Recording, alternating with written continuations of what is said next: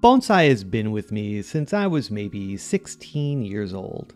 I was attending the High School of Art and Design in Manhattan at the time, and while walking with a friend one day, we came upon a shop in the Flower District called Bonsai, and I was hooked. After that, I read every book I could find, and the bonsai journey began.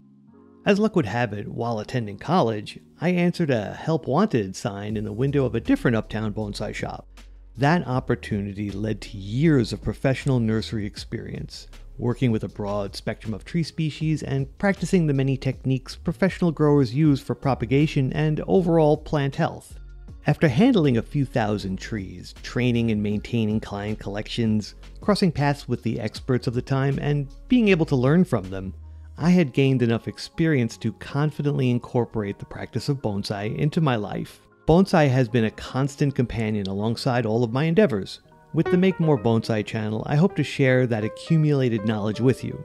We'll be applying the artistic methods and techniques of training bonsai across many different species and discuss the horticulture in a practical manner that I hope will boost your confidence growing your own trees while also having some fun, because bonsai is fun.